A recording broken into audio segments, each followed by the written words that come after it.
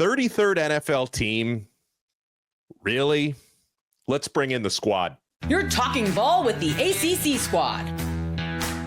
From Florida State to North Carolina, from Syracuse to Miami, and from NC State to California, it's the local experts of the Locked On Podcast Network, bringing you scoops, breakdowns, and the most comprehensive preview of the upcoming ACC weekend. Hang on, it could get loud, it could get heated, and it will definitely be fun. Squad up, you're part of the ACC Squad. Week 1 is in the books in ACC football. We storm into week number 2. Welcome into the squad. Thank you so much to the everydayers. I think that's Kirk Herbstreit's dog that has taken over for Isaac Shade from Locked On Tar Heels. We got Jackson Holzer from Locked On Syracuse, Kenton Gibbs and Grayson Boone from Locked On Wolfpack. Believe me, neither of them were going to miss this episode after what happened to Bill Belichick on Monday night.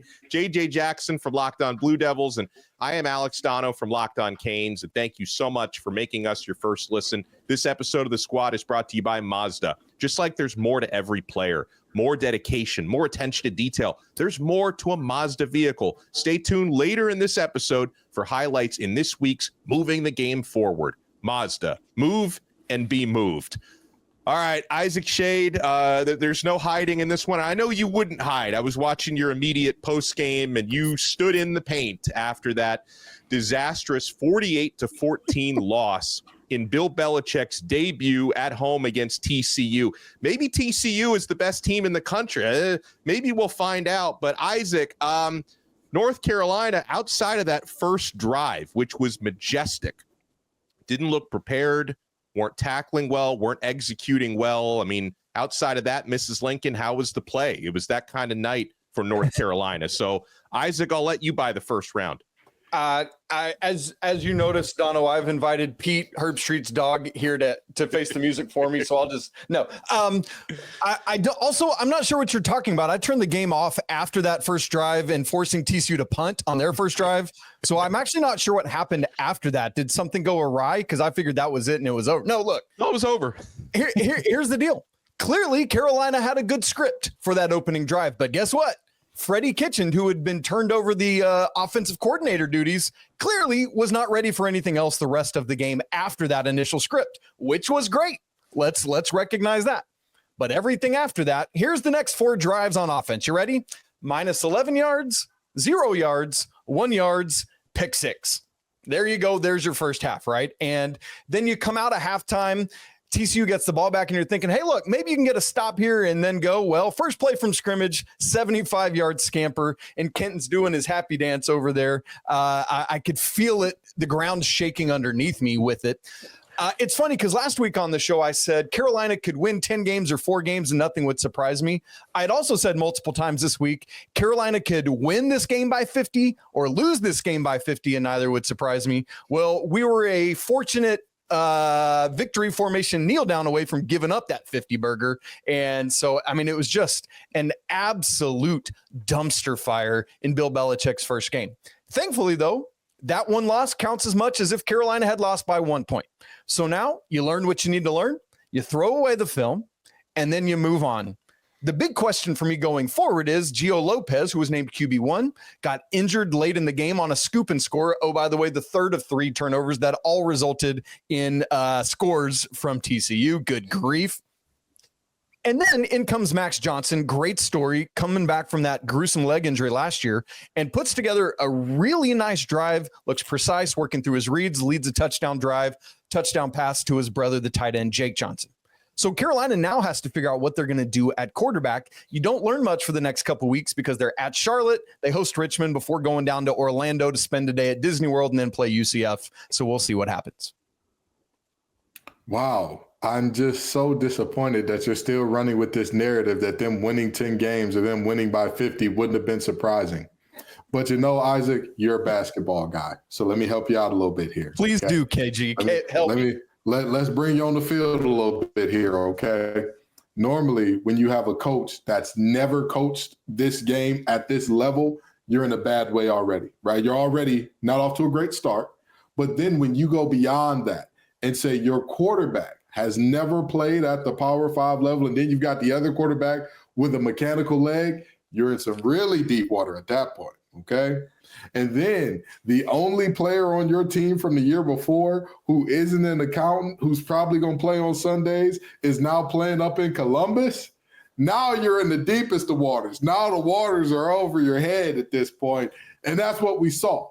We saw a team that was over their head in domination by the Horned Frogs. I mean, what an embarrassing show. But this was not surprising for me at all. I said when you said, oh, they could win 10 games, and that wouldn't surprise me. Why wouldn't that surprise you? Because this has never been that type of team. And you bring in 70, count them, 70 new players, and you expect all of them to mesh and gel within the span of anywhere from 4 to 2 months? Come on now. We all knew this was coming. If you know ball, you knew this was coming. And after a week where I was absolutely lousy with the picks, this weekend was just some nasty work for me with picks. But I'll tell you what, watching Gio Lopez's picks made me feel even better. Watching Bill Belichick's team, most points ever allowed by a Bill Belichick coach team. Hey, Grayson, life like this sure is sweet, ain't it? Hey, JJ, life like this can't be beat, can it? Oh, it's a great time to be in the triangle if you're not in Chapel Bill. And I'm going to leave it right there. If it isn't the consequences of their own actions, it's almost like a hire built extensively on optics was destined to fail. 70 players entering your program was never a good idea. The Bill Belichick experience was never a good idea. For fundraising, maybe, but I think they forgot you got to actually produce on the football field. What an absolute debacle we witnessed in Chapel Bill last night. It was so strange, I think, aside of the final score and all that, but just to watch how completely discombobulated the team was. No communication, lack of game plan. It seems like they had the first series scripted, and then outside of that, they're just going to win it, I guess. 48-14. Did they think it was going to go like this? What was their thought entering this game? Did they think they were going to win? I don't know. I don't think TCU is a world beater. I think Carolina made them look like one, but good Lord. I mean, I'm not surprised. I'm actually happy to see this. And to think you actually got Michael Jordan to show up to a football game and to sit there with the school wearing the Jordan brand gear. I mean, what a just unbelievable first drive that is. We're cutting the cameras to Roy Williams and MJ in the booth, just absolutely loving life. And then the game continued. Wow. Wow. I feel so bad for Isaac Shade, and he's sitting there taking this like a champ. I feel like I need to call security round the clock to stand outside his house because Kenton's outside knocking on that door. Come on, not even threatening. Not even threatening. KG's just smiling like a Cheshire cat. He's so happy, you know. We just want to talk, Isaac. Come outside. We not gonna jump you. We not gonna jump you. Come on outside. Kenton, you mentioned it. Saturday, watching Ohio State and Texas and seeing Bo Atkinson fly around making plays. So my wife is a big Texas fan. I'm just sitting there with my head in my hands, wondering how you let Bo Atkinson get away. That was painful.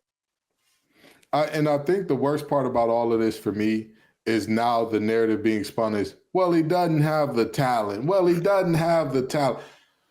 Oh, boy. It's almost as if somebody had warned people, hey, in the NFL, those third-string white guy receivers that you keep making great are this much slower than their more athletic counterparts. It's a bigger discrepancy when you get to college, and all of a sudden, you've got a guy that's going to learn enterprise rental car as soon as he's done, and he has to check a young man that's name is going to be called very early in the draft. It's almost as if somebody said, Bill's going to have to sit on couches and win recruiting battles, which, by the way, CJ Sadler, cast technician who's committed to UNC, if you can hear this, reconsider. Don't do it. Reconsider. Read some leather. You sure on the subject? You sure? But I'm a digress. I got to save a technician when I can. Jackson, I'm gonna let you take it over. I'm sorry. So the only thing that I want to add to this, well, first of all, with North Carolina, I was also in that boat of North Carolina can win 10 games this year. They can also win 2 games this year, and nothing would surprise me. What I learned after the TCU game is that North Carolina can absolutely not win 10 games this year. Their ceiling is a lot lower, and their floor is still probably about 2 wins. The only silver lining there is for a Carolina fan really here is that it is week one. And week one is always fascinating because you truly don't know after only one game how each team is really going to be. TCU, in their last 2 10-win seasons, entered both of those years unranked, including the year where they went to the national championship game and lost to Georgia. They were unranked heading into that year. Nobody really thought TCU was going to be that good of a program. So if you're a Carolina fan, your only silver lining from this, and it's a stretch, is that maybe, just maybe, TCU is one of the better teams in the nation. They're not getting a lot of respect yet, but they'll get the respect down the line later on in the season. That's about it if you're a North Carolina fan, because other than that, I mean, talk about a first impression. I mean, Here's something else about the talent. Another Carolina podcaster said this on Tuesday of this week, and I thought it was so well said. This for North Carolina is a 10-win schedule with a 5 or 6 win roster. And I thought that was so brilliantly put because, as you guys said, it's just not there, right? Like ahead of the game. Here's my other point, Donno. I'll turn it to you. I know you're about to say something. They were talking about, hey, the scouts are here really only watching 2 Carolina guys. One is Thad Dixon. The other is on the other side of the ball, or on the other side, Marcus Allen.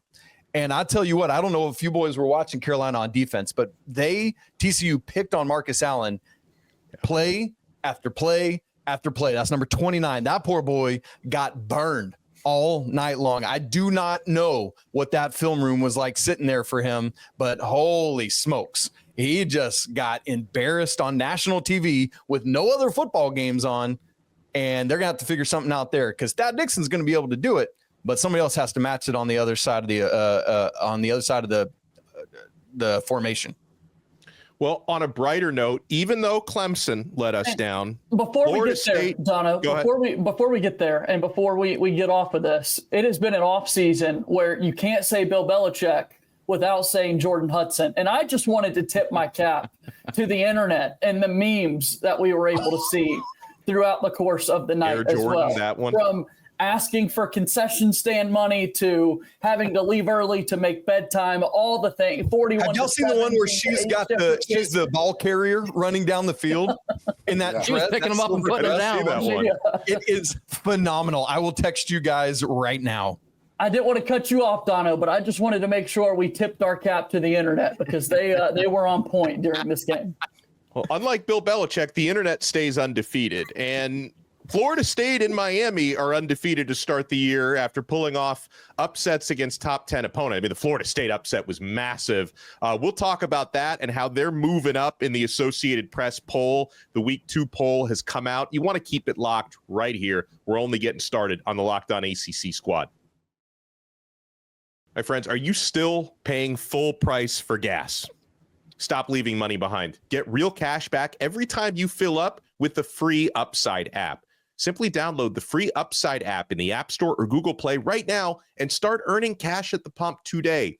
Use our limited time promo code FOOTBALL and get an extra 25 cents back per gallon on your first fill up. You could make up to $300 a year just from buying the gas you already needed. At first, I thought it was too good to be true, but it's totally legit.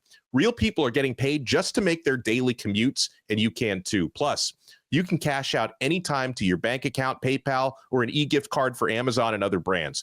Don't let this offer drive on by. Download the free Upside app now using our limited time promo code FOOTBALL for a limited time 25-cent per gallon bonus. That's promo code FOOTBALL. Offers vary by user and location. Go to upside.com for terms and conditions. Folks, this is Mazda's Moving the Game Forward. Brought to you by those who believe it's not just about playing the game, it's about redefining it. Because these moments do more than win. They push what's possible. They remind us to go that extra yard, shift into that extra gear, and keep moving the game forward. I'll tell you who moved the game forward this past weekend. Tommy Castellanos, Florida State starting quarterback. He talked all that trash leading up to the Alabama game. Nick Saban won't be there to save them. A lot of folks, myself concluded, didn't think he would back it up, and boy, did he. What a performance. Tommy Castellanos at quarterback led the Florida State rushing attack, which put on 230 total rushing yards against Bama, with Castellanos leading the way for 78 yards and a touchdown, along with 152 passing yards, no interceptions in the game. That was a big-time performance, and that's what keeps fans and players moving forward, always chasing that next great moment. When you follow what moves you, the unexpected is only the beginning. And just like there's more to every highlight, there's more to a Mazda vehicle. Mazda, move and be moved. Thank you for making the ACC Squad your first listen and your first watch. I'm Alex Donno from Locked On Canes. We got Jackson Holzer from Locked On Syracuse. Isaac Shade, who stood in there like a champ from Locked On Tar Heels. JJ Jackson, Locked On Blue Devils. Grayson Boone and Kenton Gibbs from Locked On Wolfpack. Frankly, my friends, one of the most surprising winners of the entire weekend had to be the Florida State Seminoles. So we'll start with them before we get to Miami over Notre Dame. The Seminoles were 13.5-point underdogs at home against the Alabama Crimson Tide. And all off season long, we kept hearing about Alabama, one of, the top defensive lines in the country, maybe them and Clemson jockeying for who's got the best defensive line. And I really doubted how Castellanos would perform in this game, especially after all the bulletin board material he provided to Alabama. But guys, Castellanos absolutely ran over the Crimson Tide. Gus Malzahn called a tremendous game on offense. Tony White called a tremendous game defensively. The Seminoles look completely transformed compared to that 2-10 debacle from last year. Now, listen, there's a lot being talked about in Tuscaloosa about, maybe Kalen DeBoer has really lost a lot of that Saban discipline, but, maybe Bama is not your father's Alabama Crimson Tide, but we got to give credit to Florida State because they were prepared, they were physical. Alabama was not. So sad, too bad, don't care. Nick Saban wasn't there to save him. Looks like we were right. It looks like Thomas Castellanos was right, rather. Looks like he was right in saying that because all of the reports that are now seeping out, DeBoer doesn't have this team focused. He doesn't have them as disciplined. Their practices are a lot easier than they've been. Well, all of those things are on who? The head coach. And looks like Thomas was right. Looks like he was right in saying, hey, Saban was the one keeping everything together down there. And the minute he left, that team starts reeking to the high heavens. But more importantly, it's not just that they won, Donno, it's how they won. You punched that team in the mouth repeatedly. You didn't win that game by Squirrel White just going off and going legend and having a 200 receiving yard game. You didn't win this game by Thomas Castellanos turning into the second coming of Drew Brees or something like that. And everywhere you look, he was hitting somebody right between the numbers. It was physicality that Alabama was completely unprepared for, and on both sides of the ball. There was no way that you could have talked about Alabama's offensive line as an Achilles heel. And yet, Simpson was on the run all night. That it was not like he was back there making sandwiches, just chilling behind alleged potential number 1 overall pick, Jaden Proctor. It wasn't, or Caden Proctor rather. It wasn't what happened. That wasn't how it went down. The defensive line feasted and beasted all night. The offensive line got them some good Tide chops in there. This was a hell of a game for Florida State. Thomas Castellanos deserves a ton of credit because he spearheaded that rushing attack, and he backed up the words that were very big. Hey, all credit to Florida State. Way to go. Way to put on for the ACC. I think Florida State's a playoff team. I think they're going to make the playoffs. They didn't just beat Bama. They crushed them. They throttled them. They punched them in the mouth. And by the way, I also apologize to Thomas Castellanos. I'm one of his biggest critics. And you know what? He shut me up. Big time. And so now I've basically done the complete 180. I look at Florida State's schedule right now. You just throttled Alabama like that. Where are they going to lose this year? Where? I lose to Miami. If Florida State continues to play that way, there are maybe 3 teams on the schedule that have a chance at beating them. And if Florida State really is that good, they'll find a way to win some of those games. This team now should have playoff expectations. They crushed Alabama. They might be the biggest winner of the entire weekend, if we're being honest. LSU would like a word. No, I'm talking about from an ACC perspective. Oh, yeah, for sure. Did we not learn our lesson from Georgia Tech last year after upsetting Florida State and everybody being like, oh, they're great now. this is the squad. Now they're gonna do it. Now they decimated the defensive line. You know what the difference is between Georgia Tech and Florida State? Florida State is Florida State. Georgia Tech is Georgia Tech. Wait, hang on. Does that even mean? But what was Florida State last year when they won 2 games? Yeah, they had a down year. And what I'm telling you right now is down year. That was a catastrophe. Look at how they played Alabama. You think Alabama's going to stink the whole year? Maybe they will stink the whole year. They might. I mean, they lost to Oklahoma and Vanderbilt last year. Like, you know. Only Jackson Hoser and they went 9-3.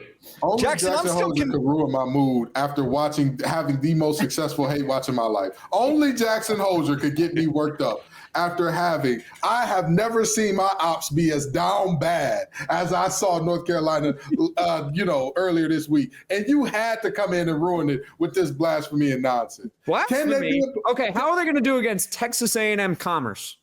They'll win. Here's the deal. Penn State, win. At Virginia, win. Miami at home. That's a tough one, but you're at home. Pitt at home. Here's the deal, Jackson. In theory, Stanford on the road.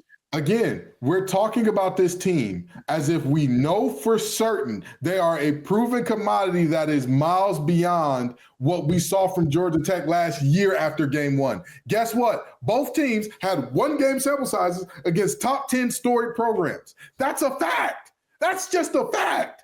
So what you're telling me is Carolina's going to be 11-1. I appreciate that, Kent, and that's good to know. All right, now we're just saying anything, I guess. Get me off this Carolina is not going to lose. Donno, just kick me to the backstage. I'm leaning into the absurdity of the moment.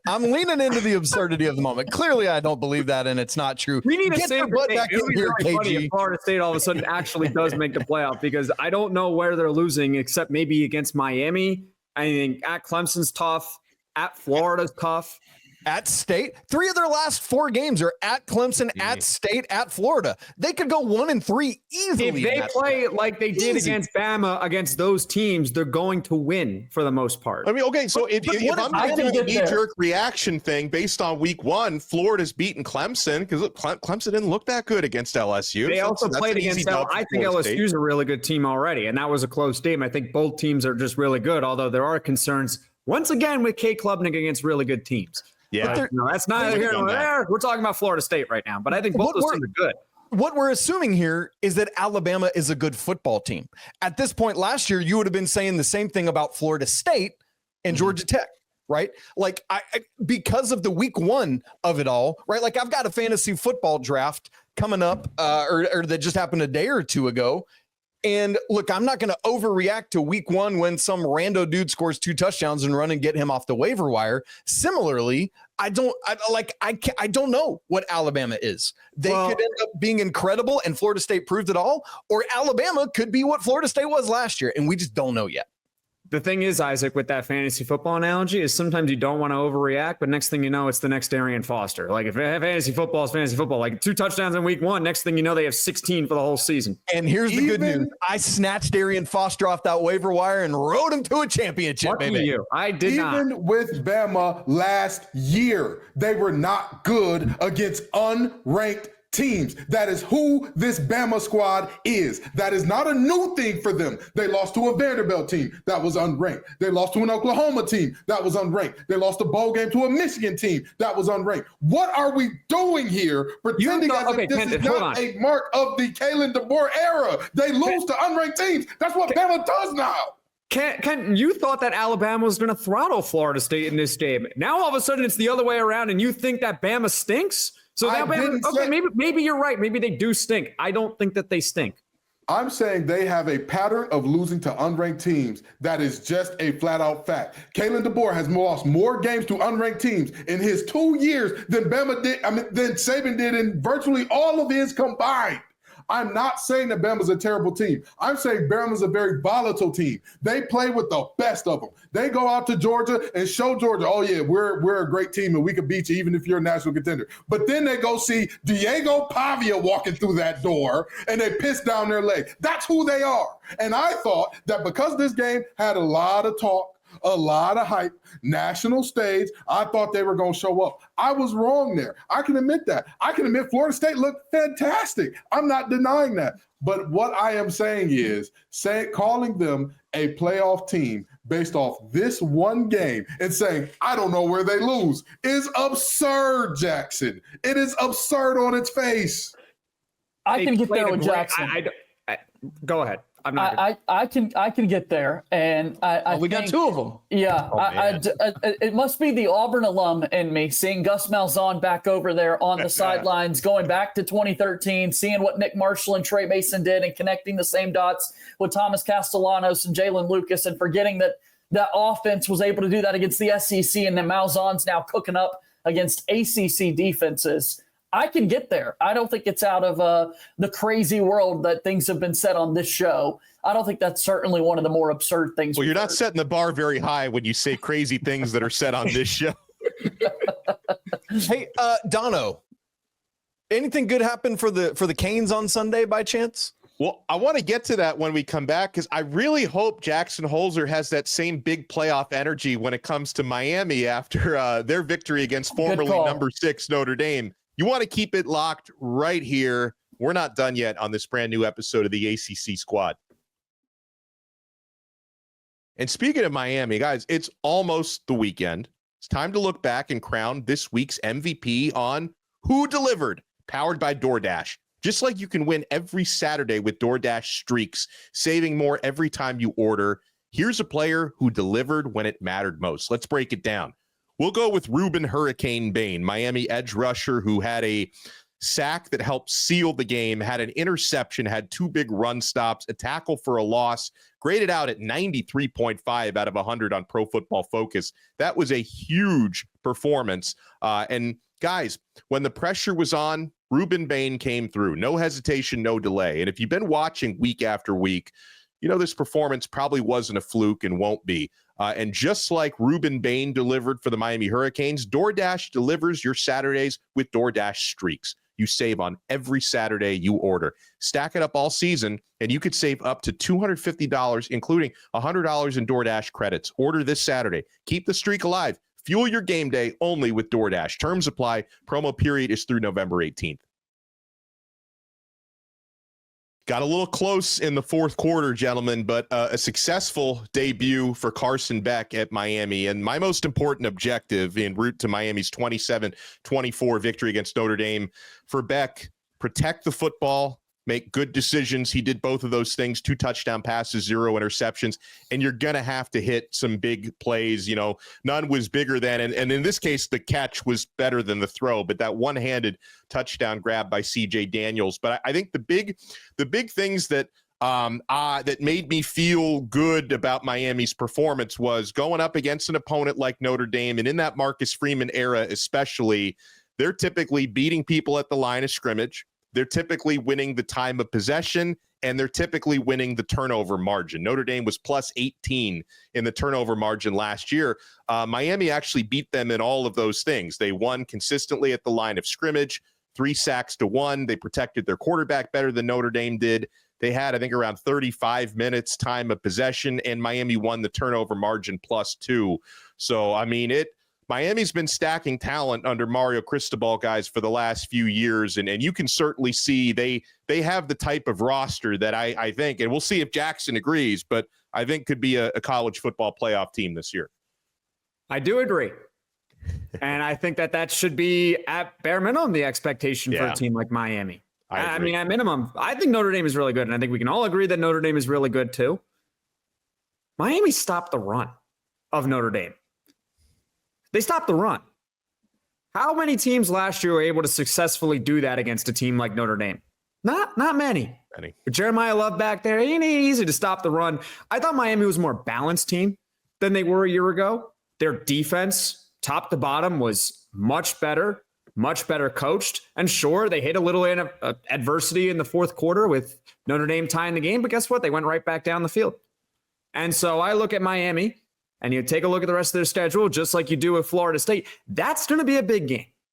Well, first of all, Miami, before that, they got Florida at home. You don't want to take them lightly. You can get by them. You got at Florida State. You win one of those 2 games, all of a sudden everything starts to open up if you're Miami. This is a team that should be competing for an ACC championship, and they should absolutely be in the college football playoff after what I saw in week 1. Miami's going to play several more really big games this year, but I think this is one they really needed. And after they really deflated down the stretch last year, primetime marquee game, top 10 opponent, you had to have this one. And my challenge to them last week was, can you stop the run? They did it. The defense looked to be an improvement over last year, which was more than likely the biggest question I'd imagine, Donno, coming into this season. They look improved. Carson Beck didn't turn the ball over. In fact, Miami turned Notre Dame over twice, didn't turn the ball over any times themselves. That's the recipe to stay in every game they play this year, whether it's a great opponent or a mediocre opponent. If they stay on this path, they will be in the CFP. You know, to say that they stopped the run is an absolute understatement if you're truly being honest about this thing, because you take away one 30-yard run from Jadarian Price, and you're looking at 15 carries between him and Love for a total of 48 yards. That is say that that's stopping the run. They dominated up front. Ruben Hurricane Bain, welcome to number 1 draft pick conversations now, because there is nobody else that has put together a clear body of work that, you know, we don't have that Trevor Lawrence, Joe Burrow type guy this year where it's like, hey, he's it. It's him. There's no ifs, ands, or buts about it. We don't have that type of guy this year. And I'm going to tell you, the way Ruben Bain played, I believe one of the tackles blocking him had a 10 pass blocking grade. Yeah, it was Anthony Knapp, the starting left tackle, who's like, at least I thought, is really good. Like that was. He ain't going to be starting for very long. He keeps that up. A 10 and a half. For those of you who don't know, it's on a scale from 0 to 100. Okay, so this is not even like a regular F. This is one of those F minuses that Mr. Crocker would give on Fairly Odd Parents. This is one of those bad boys. But you know what? It's hard to have anything better than that when Ruben Bain was being an absolute menace the entire game. They dominated up front on both sides of the ball, which to me was surprising. I expected a rock fight in which both teams were, you know, giving a little, getting a little. That wasn't the case at all. It basically took Miami saying, all right, we're going to go into a shell and let the clock win the game for Notre Dame to even get back in the thing. Okay. Right. This was a hell of a performance by Miami. And I'm going to tell you, it leaves me saying the talent is beyond there. Coaching staff, let's wake up. Let's wake up. Y'all have been the problem for some time down there. Let's wake it up. Let's not, when you got your foot on somebody's neck, TCU showed you what to do. Get the stumping. Get the jumping, okay? Get the doing a little Irish jig on that thing. Do your little river dance on the neck. Don't just say, oh, we got him down. All right, we've done enough here. Thing is, though, like I was thinking about that. Hold on, I was thinking about that late game stuff a lot, though. But it's like there's a certain amount of damned if you do, damned if you don't about it. And I always think, especially when I've got Jackson Holzer sitting next to me, I think about how Miami, blew that 21-0 lead against Syracuse, and how Miami was so pass heavy late in the game. They weren't eating enough clock. And so it's like, okay, so yeah, Miami kept running the ball late in the game. If you throw the football, incompletion stops the clock, and then everyone jumps all over Cristobal if that happens. God forbid you throw an interception, the worst thing that can happen. And if you try to run the football to the outside, you risk plays getting blown up and lost yardage. So yeah, Miami got super conservative, but they also did it because they trusted their defense. And unlike last year, they actually had a defense capable of pulling through. So again, I'm not necessarily saying that Cristobal played everything perfectly through the game, but I do want to remind people that if you're throwing the football and going for the jugular against a secondary like that, a lot of bad things could have happened. Yeah. And let's big picture this thing a little bit too, if we can. Unlike the Alabama-Florida State game, I watched this game, and as CJ Carr develops, this feels like a game with two teams that do both have CFP aspirations, right? Yeah. Let's remember week 2 last year. Notre Dame loses to whom? Northern Illinois. Am I remembering that correctly? Mm-hmm. And then wound up being one of the last 2 teams standing playing Ohio State on the last night of the season. Miami, Notre Dame. Notre Dame obviously they're kind of step brothers to our show here because they're ACC light in football, whatever. But look, both of these teams, I think, have great hopes of being one of those 12 teams playing for all the marbles. It's possible that Notre Dame literally does not lose another game from here on out.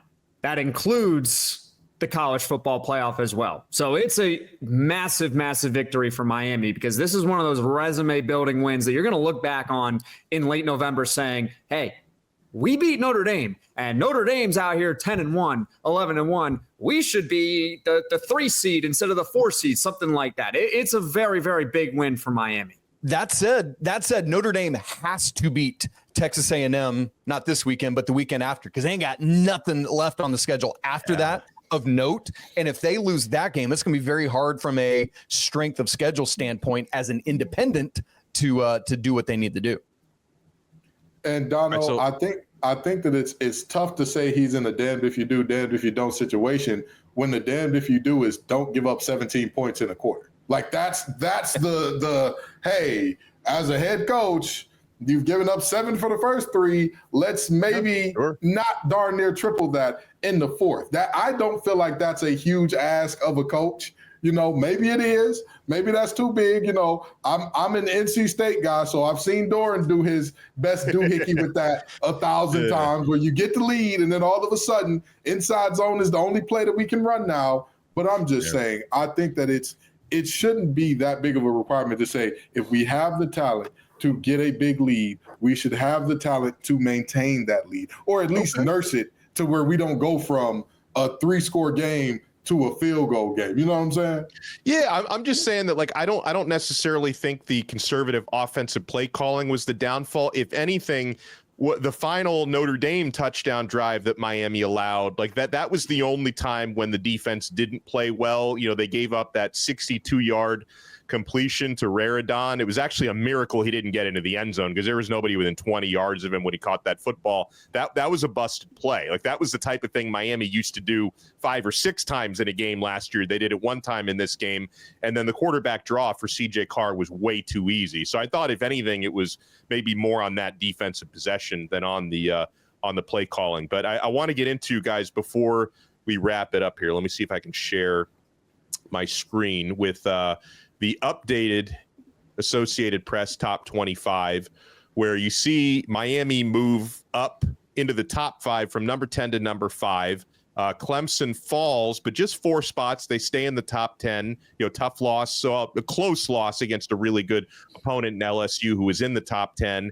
And Florida State rises to number 14. Now, this is one of those things where, you know, Florida State was unranked preseason. I mean, if they were in the top 25 after beating Alabama, they'd probably be around that top 10, right? So this is one of those things where the preseason ranking hurts you a little bit. But if anything, we all know it's week 2. You know, there's a lot more football left to play. If they keep winning, it's going to take care of itself. But and the other ACC team that's in the mix is SMU at number 17. I think Louisville should be ranked. They're in the others receiving votes category. But how do you guys feel about the AP top 25 and the ACC's role in it? It looks okay to me. Yeah. I don't have Checks any out. problems with Miami at 5. Clemson deserves some criticism for their loss against LSU, but I don't think it was the worst loss in the world. So I would definitely keep them in the top 10. They're certainly a contender in the ACC. Florida State, I think, could easily be a playoff team this year. Look at that. They're at 14 in the AP poll right now. I think that they can rise over the course of the season. And then, yeah, you have SMU, and I'm not going to sit here and debate here who should be 24 and who should be 25 right now. It's just too early. Donno, speaking of which, I know you said Louisville's in ORV, but Georgia Tech is even higher in ORV, coming in essentially 28th place. Good win for them against Colorado. Yep. Yeah. So there's that. And, you know, like, shouts to Virginia, who got 2 votes in this thing, as well as Duke getting 4 and Pitt getting 2. So we got all sorts of ORVs out there. I love Hey, it. listen, I don't care about who's receiving votes. I care about who's in. And, you know, I said something earlier this week about SMU moving back, but it made sense because there were some times where they struggled a little bit. But upon looking further, upon doing a little bit more research into all the teams, because I'm only one man, I can't watch all the games. You're telling me Arizona State only moved back 1 spot despite being in a damn dogfight with, what was it, Northern Arizona? Is it? And they moved back 1 spot. Meanwhile, we're sitting here looking at SMU, penalizing them for having about 10-minute stretches where you go without points. And they won 42-13, so the end result was pretty good. It absolutely was. It absolutely was. I just think I'm looking at that saying, all right, now what's going on here? But yes, Isaac, you're absolutely right. Others receiving votes. There are a lot of ACC teams that are right there on the cusp. Like we always say on Locked On ACC, just win your damn games. That's right. Well, we'll leave it at that. Excellent stuff as always. Make sure you check out all of our other shows. Kenton Gibbs and Grayson Boone on Locked On Wolfpack. JJ Jackson on Locked On Blue Devils. Isaac Shade, Locked On Tar Heels. Jackson Holzer, Locked On Syracuse. I feel like Jackson got off a little easy today after that loss to Tennessee. There was just so many other things going on. But check out Locked On Syracuse. He'll have you covered on all of that stuff. And I'm Alex Donno from Locked On Canes. And we'll talk to you again next time on another episode of the Locked On ACC Squad right here on the Locked On Podcast Network. Your team every day.